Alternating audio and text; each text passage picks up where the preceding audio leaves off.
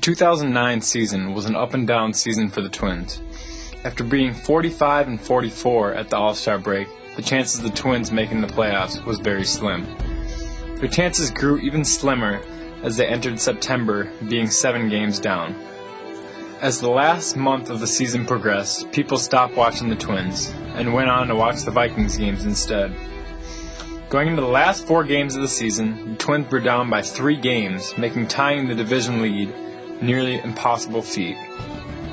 It looked as though the last season in the Metrodome was going to be a dud, and the Twins would leave without a whimper to their new stadium. But hold the phones. The Twins swept the Royals, and the Tigers lost 3 out of their last 4 games. This meant that the Twins and Tigers were tied at the top of the American League Central, and a 1-game playoff would have to be played for all the marbles. This game will always be remembered as Game 163. Game 163, 2009. I'm a freshman at Bethel, and I don't remember much about the game because there's so much crazy stuff going on, but I remember an emotional roller coaster, and I remember Carlos Gomez sliding into home for the winning run and everyone going nuts. October 6, 2009 was a very overcast, rainy day. The game started at 4:07 p.m. on a Tuesday, so that meant that most kids did school early to get to the game. I went with some buddies from school, and we actually skipped classes to go down to the game, and it was a lot of fun. And the game was great. It was probably one of the greatest games I've seen in my life. The game started out in favor of the Tigers after Miguel Ordonez knocked a run in the first, and Miguel Cabrera hit a 2-run home run in the top of the 3rd inning. It was already looking grim for the Twins as they were down 3-0 after the top of the 3rd inning. I was going nuts. Let's see. There's multiple times in the game when I definitely thought the Twin season was done, especially because we lost Game 163 the year before at Chicago. I wanted this game real bad, and I remember Miguel Cabrera, I don't even know what inning, but he hit a 3-run bomb, and I was my head was in my hands, and I was like, "There's no way we're gonna win this." Twins answered by scoring a run in the bottom of the 3rd on a fielding error, and in the 6th with a Jason Kubel solo home run. The growing excitement grew even bigger as Orlando Cabrera homered in the 7th inning to put the Twins up 4-3. But the Tigers answered back in the 8th, with Miguel Ordonez striking once again with a solo home run to tie it. The atmosphere was absolutely crazy. We got there at about the 4th inning, and it was just louder than you could imagine. Anytime the Twins got a hit, Ryan and I would try to say something to each other, but it was just so loud that you almost had to text it or yell in each other's ear. But it was just the craziest baseball game I'd ever been to in my life. Unfortunately, I had to leave in the 9th inning because I had play practice, so I didn't see the end. I just heard it on the radio, and it's probably the biggest regret in my entire life. In the 10th, Brandon Inge drove in a run and put Minnesota against the wall as they were up 5-4.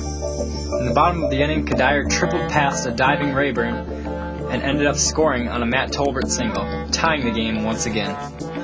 The next few innings were filled with unbelievable fielding plays, like Rayburn throwing Casilla out at home plate, which would have been the winning run.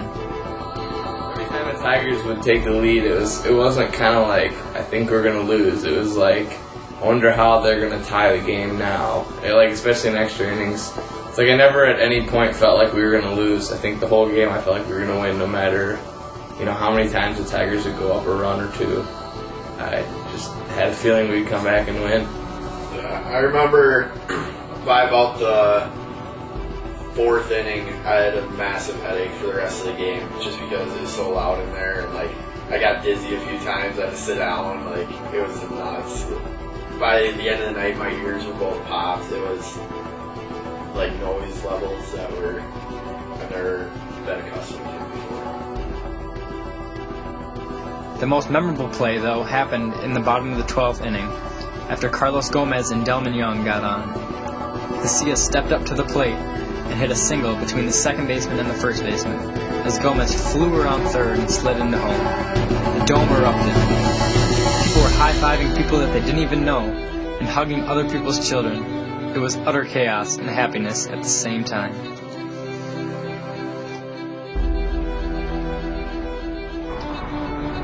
During the game, I was happy most of the time. A little nervous at times for the Twins, but they came back and pulled it out, so I was happy. My mood during the game, just sheer pandemonium.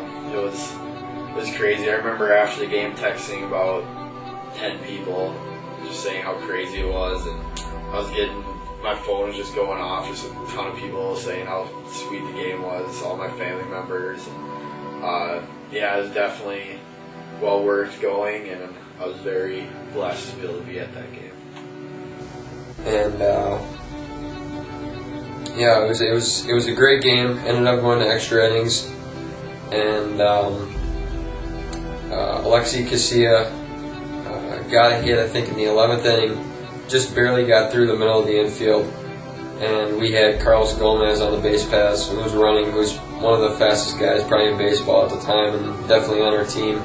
He ended up scoring the winning run, and all the Twins ran onto the field and went nuts and started doing laps around the stadium, giving people high fives and stuff, and the crowd was just going crazy for probably about 5, 6, 7 minutes, I don't know, but Homer Hankings were waving, and it was probably the loudest I've ever heard in a stadium or at any game I've been to. So I wish I would have known David Freed at the time, because I would have given him a massive hug after the game. Yeah, we probably would have embraced for years after that. I can remember leaving the stadium and everyone was just screaming. Yeah. It was nuts. High-fiving people you didn't even know. Like, woo! Everyone out there.